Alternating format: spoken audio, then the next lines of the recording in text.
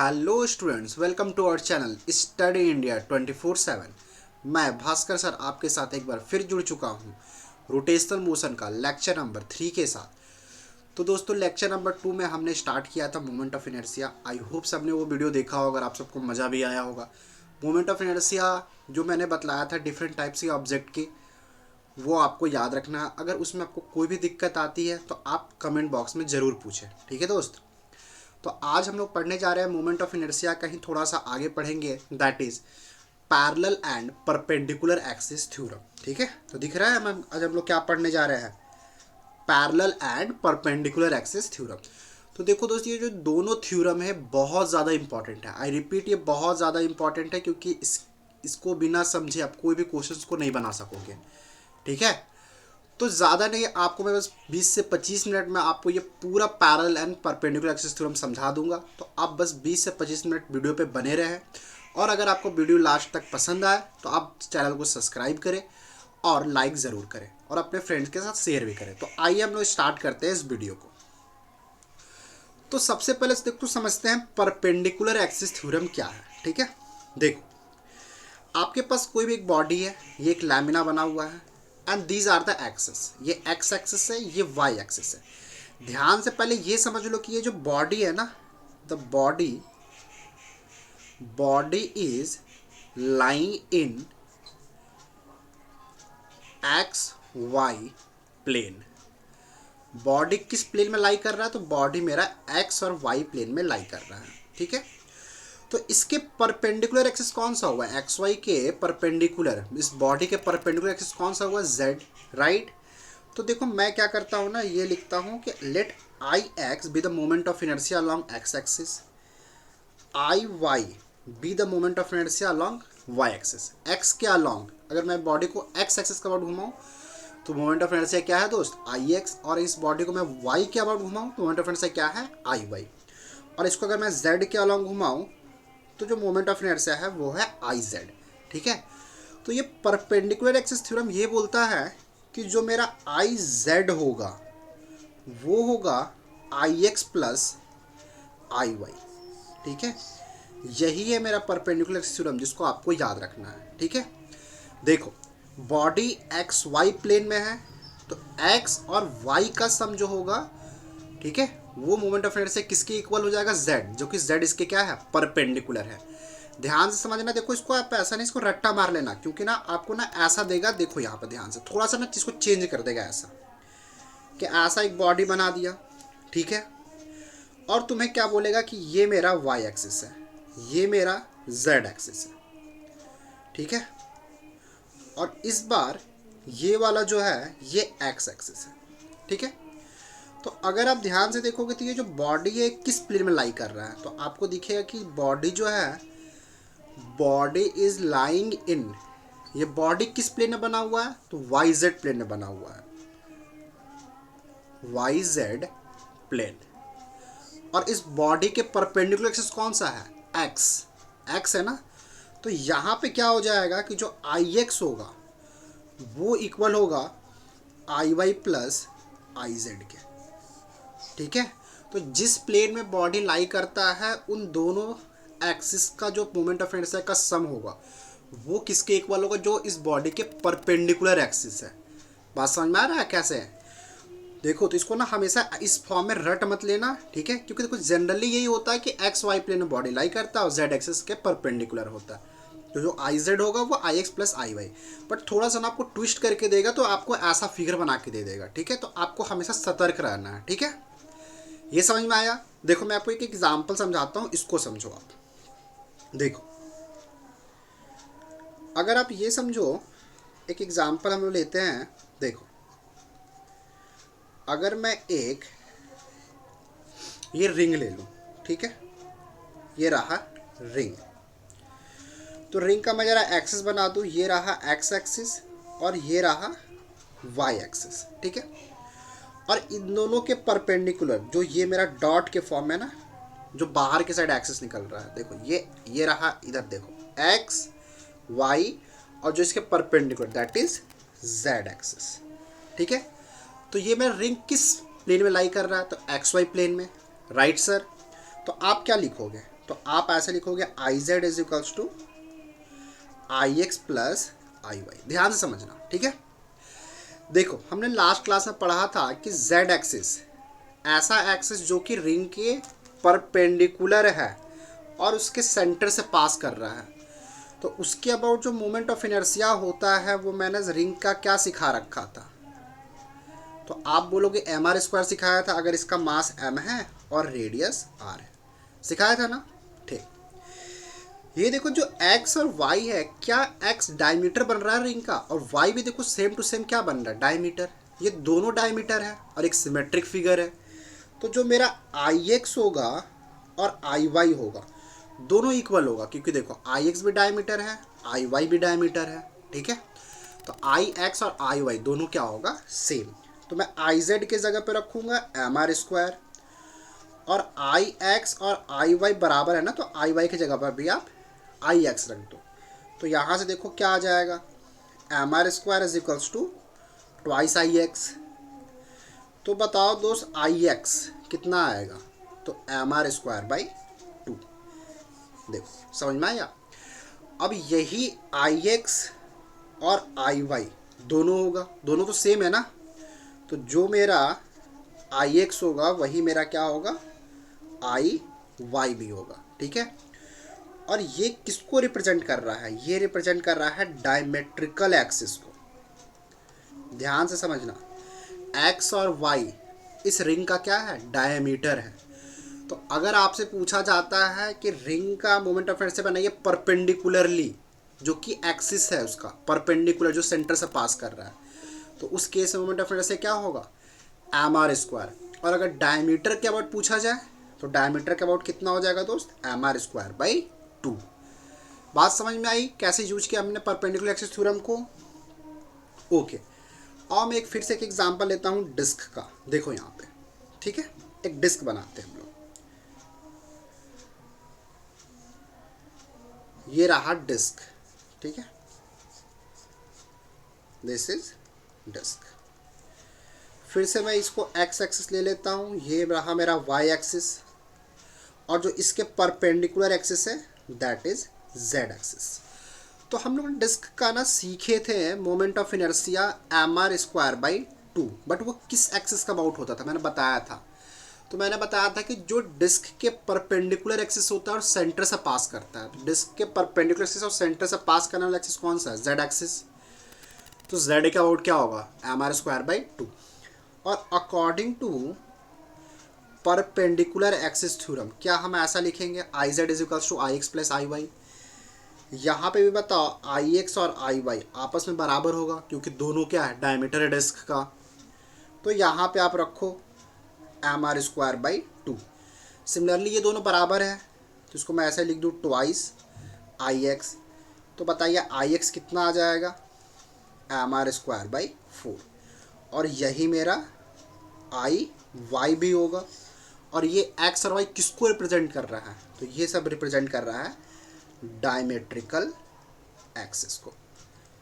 तो अगर रिंग का परपेंडिकुलरली पूछता है तो एम आर स्क्वायर बाई 2, और डायमीटर के अबाउट पूछता, कोई भी डायमीटर एक्स हो या वाई हो, कोई भी डायमीटर के अबाउट पूछता है तो क्या होगा सर, तो एम आर स्क्वायर बाई 4। बात समझ में आई, क्लियर है दोस्त। आइए एक और हम लोग एग्जाम्पल समझते हैं इसका। यहां देखो,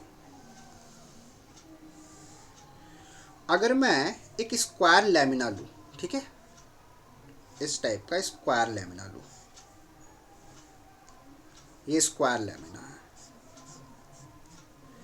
ये ए है, या स्क्वायर की जगह मैं एक रेक्टेंगुलर ले लेता हूँ, इससे आपको ज़्यादा समझ में आएगा। रेक्टेंगुलर, ये मैंने बतलाया भी था लास्ट क्लास में, रेक्टेंगुलर लैमिना।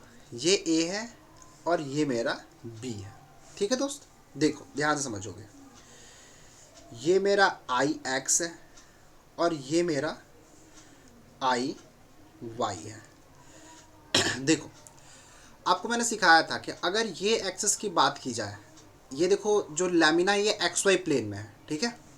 तो एक्स जो है ना, एक्स ये देखो बी को काट रहा है ना, तो मोमेंट ऑफ इनर्शिया क्या होगा, M B square upon 2l। ये मैंने सिखाया था लास्ट क्लास में। ये देखो वाई एक्सिस ये किसको कट करके जा रहा है, ए वाले को, ये याद करने का तरीका था। तो इसके अबाउट क्या हो जाएगा, वाई के about M A square by 12, ठीक है।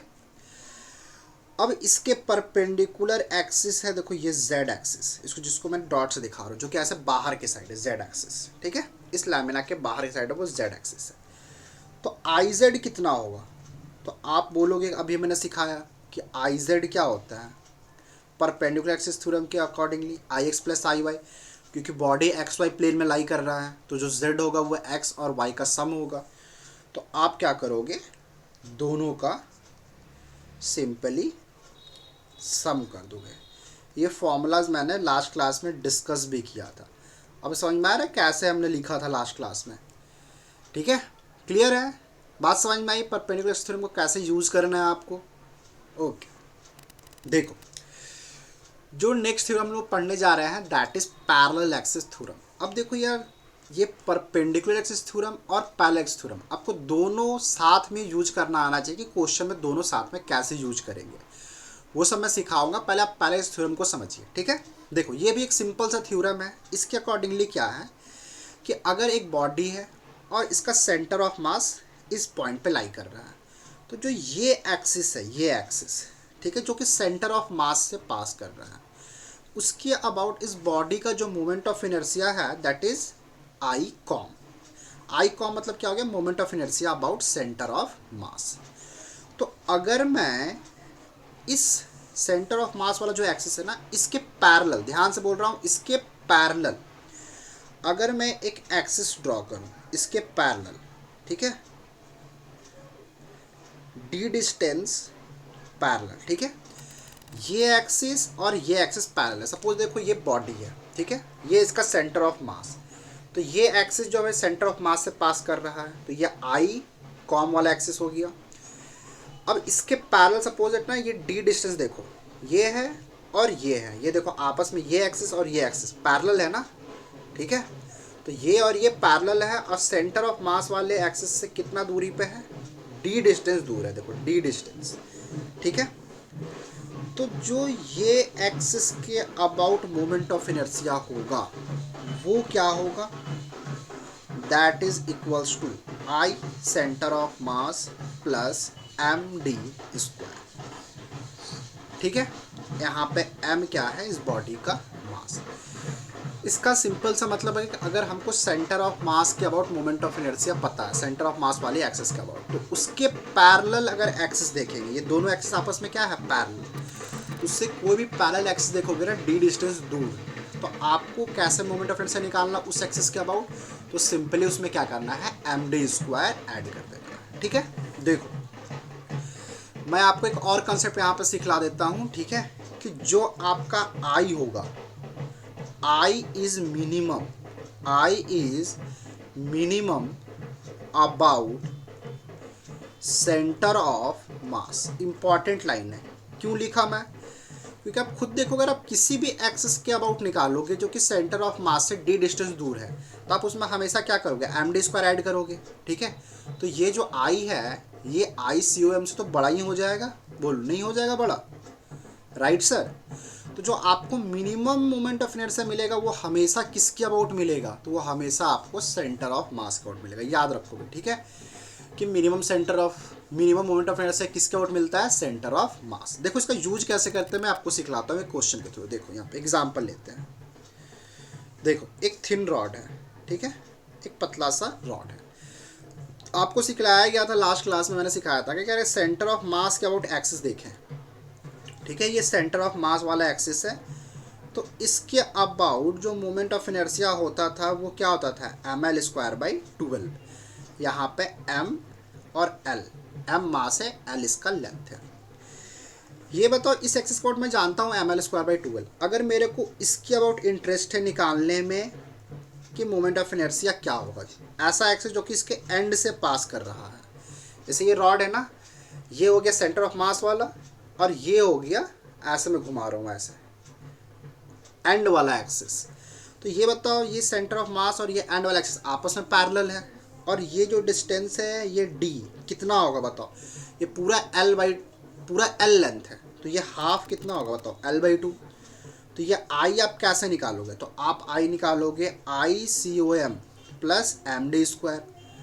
पैलेक्स थ्योरम। ICUM कितना है दोस्त, ml²/12। m और d कितना है, d देखिए l/2²। तो क्या आ जाएगी, ml²/12 प्लस ml²/4। एलसीएम लीजिए, सॉल्व कीजिए, ये आ जाएगा ml²/3। ये भी लिखवा देना लास्ट क्लास में, ml²/3 एंड के अबाउट। देखो आज समझ में आया कैसे निकाला है, ठीक है, क्लियर है। देखो एक और एग्जांपल लेते हैं, समझो इसको भी, ठीक है। अगर देखो, अगर मैं एक रिंग बनाऊँ ऐसा, ठीक है, पहले ये बताओ, रिंग का सेंटर ऑफ मास से पास हो रहा है और ये एक्सिस, क्या ये डायमीटर है, ठीक है, ये वाला क्या है, डायमीटर, और इसके सेंटर ऑफ मास से पास हो रहा है। तो इसके अबाउट मोमेंट ऑफ इनर्शिया कितना होगा, ये डायमेट्रिकल एक्सिस है, ठीक ना, परपेंडिकुलर नहीं है, ध्यान रखना, ये डायमीटर वाला एक्सिस है। तो मैंने अभी बताया था कि अगर इसका मास m है और रेडियस r है, तो डायमीटर के अबाउट रिंग का क्या बताया था, रिंग का mr²/2 डायमीटर के अबाउट। तो देखो डायमीटर के पैरेलल अगर ये वाला एक्सिस है जो कि ना इसके पेरिफेरी को टच करते हुए जा रहा है, अगर इसके अबाउट पूछता है तो आप कैसे निकालोगे। तो ये एक्सिस बताओ कितना दूर है, तो r डिस्टेंस दूर है, राइट सर। तो I कैसे निकालोगे, I कॉम प्लस md²। तो I कॉम आपको पता है mr²/2, और ये जो एक्सिस कितना दूर है, d कितना है, r। तो क्या आ जाएगा आंसर दोस्त, 3/2 mr²। क्लियर है, समझ में आया पैरेलल थ्योरम का कैसे यूज है, क्लियर। ये दोनों थ्योरम, चाहे परपेंडिकुलर थ्योरम हो या पैरेलल थ्योरम हो, आपको ध्यान में रखना है, और इस पे बेस्ड बहुत सारे न्यूमेरिकल्स आते हैं, ठीक है। आइए एक और छोटा सा हम टॉपिक समझ लेते हैं, रेडियस ऑफ गायरेशन। ये भी आपका कहीं कहीं यूज आता है, ठीक है। रेडियस ऑफ गायरेशन जो है, इसको आप ना के से रिप्रेजेंट करते हैं, इसको के से रिप्रेजेंट करेंगे। देखो होता क्या है ना कि सपोज दैट एक बॉडी है, ठीक है, ये बॉडी घूम रहा है, तो इसका जो मोमेंट ऑफ इनर्शिया है दैट इज आई। तो इस बॉडी को घुमाने के लिए कुछ फोर्स लग रहा होगा, कुछ टॉर्क लग रहा होगा ना। देखो अगर मैं इस बॉडी को as a point mass treat करूँ, इस बॉडी को मैं क्या करूँ, as a point mass treat करूँ। अगर इसका मास m है और मैं इसको पॉइंट मास ले लूँ m, ठीक है, ये एक्सिस है, मेरे को देखो सेम एंगुलर स्पीड से घुमाना है, तो इसका मतलब क्या है कि मेरे को सेम टॉर्क भी देना होगा। सेम टॉर्क देना है, इसका मतलब क्या है कि सेम इसका क्या होगा, मोमेंट ऑफ इनर्शिया होगा। मतलब जो मोमेंट ऑफ इनर्शिया इस बॉडी का था, अगर मैं इसको पॉइंट मास मान लूँ तो सेम मोमेंट ऑफ इनर्शिया इसका भी होना चाहिए, ठीक है। तो जो ये एक्सिस से डिस्टेंस होगा, इसी को बोलते हैं radius of gyration, that is के, ठीक है। तो आपको बेसिकली जो इस बॉडी का मोमेंट ऑफ इनर्शिया है ना आई, वही सेम मोमेंट ऑफ इनर्शिया इस पॉइंट मास का भी होना चाहिए। तो पॉइंट मास का हमने सीख रखा है, मोमेंट ऑफ इनर्शिया कैसे निकालते हैं, mr² वाले फॉर्मूले से। तो m और डिस्टेंस कितना है, देखो रेडियस क्या है, k। तो k कैसे, आप किसी बॉडी का k कैसे निकाल सकते हो, यहाँ से निकालो I/m का रूट, ठीक है। मास को नीचे भेजा, रूट ले लिया। देखो मैं एक निकाल के दिखाता हूँ। अगर तुमसे पूछेगा कि रिंग है, ठीक है, रिंग है जिसका मास m है और रेडियस r है, ये वाला जो एक्सिस है, ठीक है, जो कि इसके परपेंडिकुलर है, इसके लिए अबाउट रेडियस ऑफ गायरेशन बतलाइए। तो बताओ इसके अबाउट मोमेंट ऑफ इनर्शिया क्या होता है, परपेंडिकुलर के अबाउट mr², राइट। इसको बस आप किससे इक्वेट कर दीजिए, इसको आप बेसिकली बस mk² से इक्वेट कर दीजिए, ठीक है, जैसे पीछे मैंने किया था। तो मास से मास कैंसिल हो जाएगा, k किसके इक्वल आ जाएगा, r। तो रेडियस ऑफ गायरेशन क्या हो जाएगा, r के इक्वल। अगर यही रिंग की जगह डिस्क रहता, अगर यही मेरा क्या रहता, डिस्क रहता दोस्त, ठीक है, तो मोमेंट ऑफ इनर्शिया उसी एक्सिस का अबाउट क्या होता। तो बताओ परपेंडिकुलर एक्सिस का अबाउट क्या होता है मोमेंट ऑफ इनर्शिया, mr²/2। इसको मैं किससे इक्वेट कर दूंगा, mk²। ये कैंसिल हो गया, तो r²/2 किसके इक्वल आ गया, k²। तो k कितना आ जाएगा बताओ, यहाँ से देखो रूट ले लो, तो r² का रूट क्या हो जाएगा, r और 2 का रूट √2। बात समझ में आया? कैसे किया देख लो, रूट ले लिए तो r² का r हो गया और 2 का रूट। तो रेडियस ऑफ गायरेशन क्या हो जाएगा? r/√2। क्लियर है कैसे निकाल रहा हूँ? समझ गए? आइए हम लोग कुछ क्वेश्चंस करते हैं, ठीक है? बहुत ही मजेदार मजेदार क्वेश्चन है, जल्दी जल्दी बनाते जाते हैं। आप लोग भी बनाइए, मैं भी आपको सिखाता हूँ, ठीक है? देखो, आपको इस फिगर में बोल रहा है कि ए बी एक्सिस के अबाउट मोमेंट ऑफ इनर्शिया। देखो ए बी एक्सिस यहाँ पे है, ध्यान से देखोगे ए बी यहाँ पे है। तो ये वाला जो एक्सिस देखो, ये रिंग का क्या डायमीटर है? ये वाला बोल रहा हूँ मैं, ये वाला, ये रिंग का डायमीटर है और सेंटर ऑफ मास से पास कर रहा है। देखो सेंटर ऑफ मास इसका यहीं पे होगा, सेंटर ऑफ मास। तो आपको पता है कि सेंटर ऑफ मास और डायमीटर है, तो रिंग का क्या होगा? mr²/2। तो जो आपका ए बी वाला एक्सिस है वो सेंटर ऑफ मास वाले एक्सिस से कितने दूरी पे है? देखो ये डिस्टेंस आपको दे रखा है ना, r है, तो mr² ऐड कर दीजिए, तो mr²/2 प्लस mr², क्या आ जाएगा आंसर दोस्त? 3/2 mr²। समझ में आया? सिंपल है। और नेक्स्ट क्वेश्चन देखो, ये एक बहुत ही मज़ेदार सा क्वेश्चन है, इसको देखिए। आपको क्या बोल रहा है कि स्क्वायर है, ठीक है? स्क्वायर के एंड्स पे 4 पार्टिकल्स रखे हुए हैं m। सारा का मास क्या है?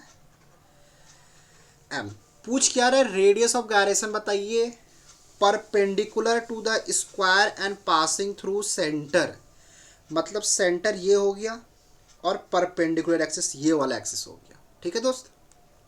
देखो सबसे पहले ये आपका L लेंथ है, तो ये देखो ये मेरा एक्सिस है, ठीक है? This is my axis. समझ गए? तो आप पहले बताओ ये डिस्टेंस कितना होगा? ये पॉइंट मास से ये वाला जो डिस्टेंस है ना एक्सिस का, वो कितना होगा? पहले ये बताओ।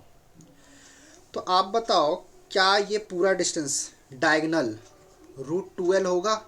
उसको मैं हाफ कर दूं तो r निकल जाएगा, तो r कितना निकल जाएगा दोस्त? l/√2, ठीक है? सारा पॉइंट मास है, तो मोमेंट ऑफ इनर्शिया कैसे निकालोगे? देखो 4 से मल्टीप्लाई कर देता हूँ कि 4 मास है, और एक मास का मोमेंट ऑफ इनर्शिया क्या होता है? mr², ठीक है? तो यहाँ पे जो r है वो कितना है दोस्त? l/√2 का स्क्वायर, ठीक है? समझ में आया? और सेम 4 मास है तो चारों का क्या होगा? mr², तो 4mr² आ जाएगा। तो यहाँ से कितना आ जाएगा? ml²/2, तो दैट गिव्स 2ml²। बट मेरे को क्वेश्चन में ध्यान से देखिए, मोमेंट ऑफ इनर्शिया नहीं निकालना था, मेरे को रेडियस ऑफ गायरेशन निकालना है। तो मैंने क्या सिखाया कि जो मोमेंट ऑफ इनर्शिया आया उसको आप किससे इक्वेट करोगे? m² से। तो मोमेंट ऑफ इनर्शिया मेरे को सिस्टम का क्या आया है? 2ml²। इस पूरे सिस्टम का मास क्या है? तो m 4 मास है, तो 4m, ठीक है? तो यहाँ से ये कैंसिल हो गया, 2 नीचे जाएगा और रूट ले लीजिए, तो l/√2। ये निकल गया मेरा रेडियस ऑफ गायरेशन। क्लियर है दोस्त? बात समझ में आई? चलिए देखिए, ये भी एक मज़ेदार सा क्वेश्चन है, इसको देखो, ठीक है? यहाँ पे क्या बोल रहा है कि there are 2 masses m and 3m। तो मैं बना लेता हूँ m और 3m, ठीक है? 2 मास है जिसका डिस्टेंस क्या है? r। बोल क्या रहा है कि मोमेंट ऑफ इनर्शिया बताइए सिस्टम का सेंटर ऑफ मास के about and perpendicular to the line joining the 2 masses. अब देखो ये जो 2 मास है इसका सेंटर ऑफ मास कहीं मान लो इधर है, ठीक है? तो जो ये एक्सिस है जो कि दोनों के इस एक्सिस के परपेंडिकुलर है और सेंटर ऑफ मास से पास कर रहा है m 3m, दोनों का सेंटर ऑफ मास कहीं यहाँ लाई कर रहा है, तो इस एक्सिस का अबाउट आपको बताना है जो कि परपेंडिकुलर भी है। तो सिंपल सा इसमें कंसेप्ट होता है कि इसमें बस आपको क्या करना है? μr² कर देना है, ठीक है? अगर 2 पॉइंट मासेस है, मेरे को सेंटर ऑफ मास के अबाउट बताना है जो कि परपेंडिकुलर एक्सिस है उसका, ठीक है? तो वहाँ पे आप क्या कीजिएगा? μr²। यहाँ पे आप दोस्त म्यू क्या है? तो म्यू होता है m1 m2 divided by m1 plus m2, जिसको ना बोलते हैं रेड्यूस्ड मास। क्या बोलते हैं? रेड्यूस मास। याद रखोगे ये फॉर्मूला, अगर 2 पॉइंट मासेस है m1 m2, ठीक है? तो दोनों का सेंटर ऑफ मास वाला एक्सिस का वर्ड बताना है, तो फॉर्मूला क्या लिखोगे? μr², ठीक है? म्यू क्या होता है? रेड्यूस मास।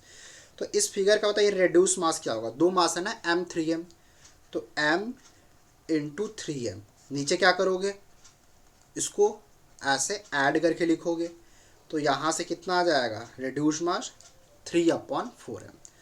तो इस सिस्टम का मोमेंट ऑफ इनर्शिया क्या हो जाएगा, रिड्यूस मास कितना हो गया, mu 3/4m into are square. देखो मस्त सिंपल तरीका से सिखलाया है ना आपको, तो आपको याद रखना है, ठीक है, ये फॉर्मूला जो मैंने आपको यहाँ पे बतलाया है। क्लियर है? तो आई होप आपको ये पूरा वीडियो समझ में आया होगा। परपेंडिकुलर थ्योरम और पैरेलल थ्योरम दोनों क्लियर हुआ होगा। नेक्स्ट वीडियो में मैं और सारा क्वेश्चंस कराऊंगा मोमेंट ऑफ इनर्शिया का। अगर आपको ये वीडियो पसंद आया है तो अपने दोस्तों के साथ शेयर करें, लाइक करें, सब्सक्राइब करें। ठीक है, मिलते हैं नेक्स्ट वीडियो में, तब तक कीप स्टडिंग।